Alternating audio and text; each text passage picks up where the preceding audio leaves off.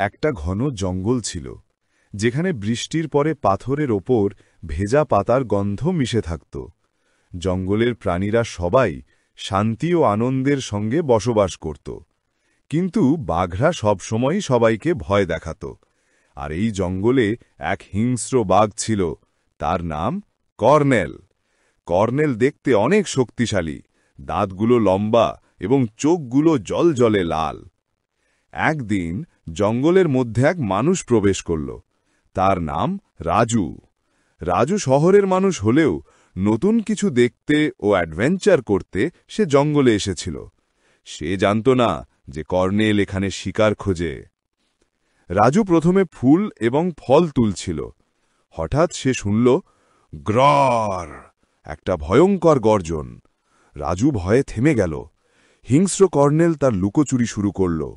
রাজু তখন বুঝল শুধু দৌড়ালেই হবে। সে দৌড়ালো গাছের ডালে, পাথরের ওপর আর ছোট ছোট নদীর ধারে। কিন্তু কর্নেল দ্রুত। রাজু দেখতে পেল কর্নেল তার পিছনে দৌড়াচ্ছে আর মুখ খুলে ঝাপটা দিতে চলেছে।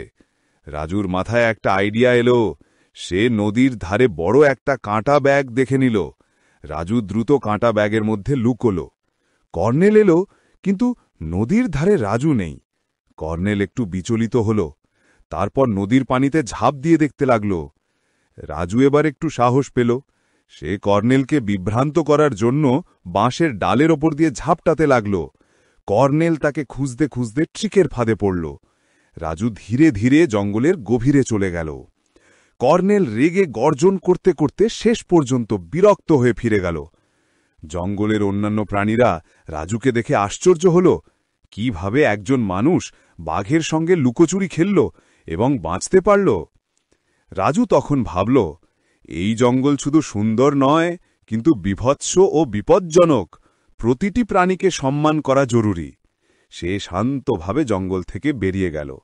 আর বাঘ কর্নেল নিজের হিংস্রতা নিয়ে আবার জঙ্গলের রাজা হয়ে রয়ে গেল।